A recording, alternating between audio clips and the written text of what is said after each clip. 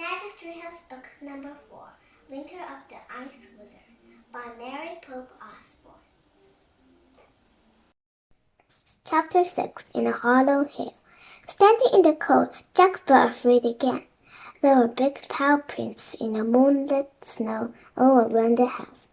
The wolves were here, said Kathleen. Perhaps we should go back inside, said Teddy. No, said Kathleen. We must walk with Jack and Annie back to the sled and send them on their journey to the hollow hill. Yes, of course, said Teddy, nodding.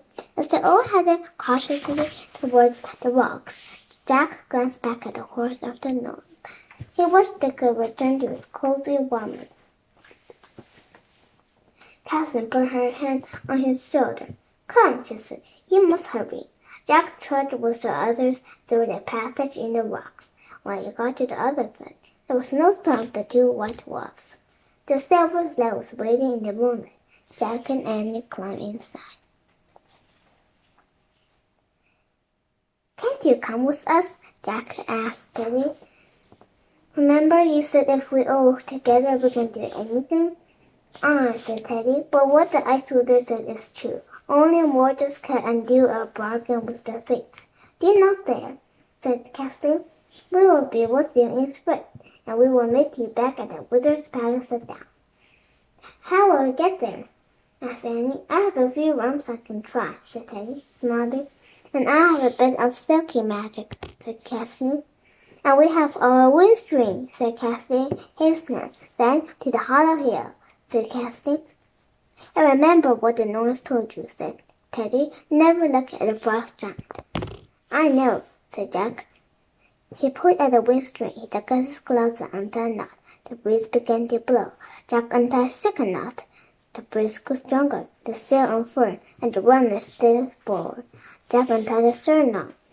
The wind blew hard. The whistle snapped and sled took off through the night. Stand fast! Teddy called after them. Jack and Annie waved goodbye to Teddy and Kathleen as the sled sailed swiftly over the sea ice. Soon the sled bumped onto a snow-covered plain and veered out sharply to the west. No! Towards the North Star! Jack called to Annie. Annie turned the rudder, steering the sled back on course. They sailed towards the bright star in the distance. As the silver runners swished across the wind-soaked snow, Jack braced himself against the cold. He kept a lookout for the white wolves, but he didn't see any signs of them as the sled sped across the moonlit plain.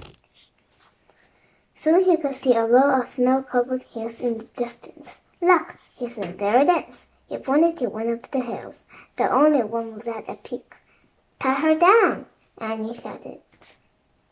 Jack tied a knot in the string, and the sled began to slow down.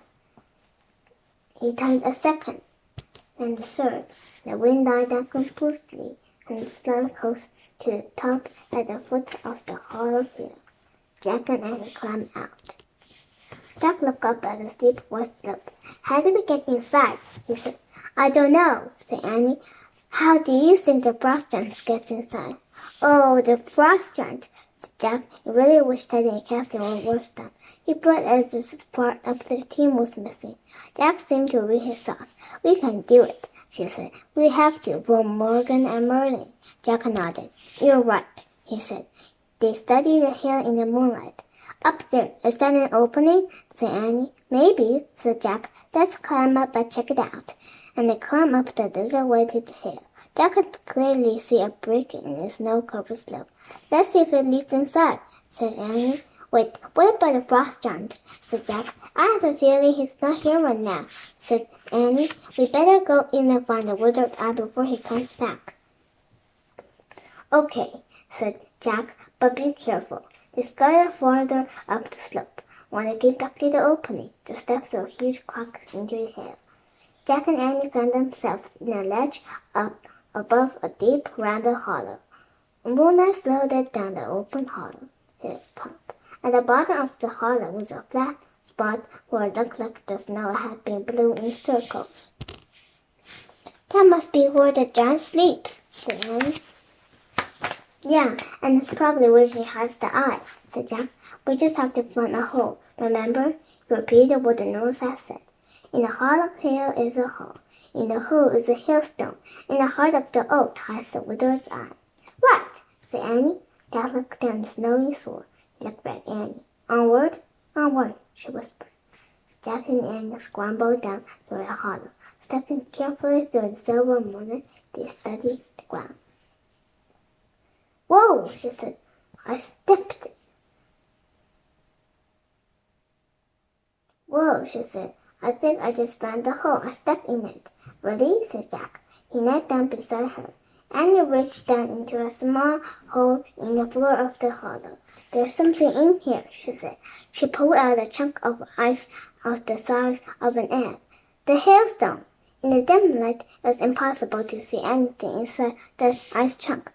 We don't know if this is the right hailstone, said Jack. We'll have to wait till daylight to see if the ice in here. But it has to be the right one, said Annie. How many hailstones are hidden in a hole in the hollow hill? Good point, said Jack. Annie turned the hailstone over in her head. Maybe the eye is looking at us now, she said. That is scientifically impossible, said Jack. And I can't see unless it's connected to a brain. Yeah, and a string can't make the wind blow either, said Annie. Forget science in this place. Wait, she caught her breath. Did you feel that? Feel what? Said Jack. The ground shaking, said Annie. That just felt the ground tumbling. She heard a strange sound too, a loud huffing sound coming from outside the hill. Huff, huff, huff. It sounded like breathing. The giant's back, said Annie. Oh no, cried Jack. The ground kept rumbling. The breathing sounds got louder. Hide the hailstone, said Jack. Annie shoved the ice chunk into her pocket. Huff, huff, huff.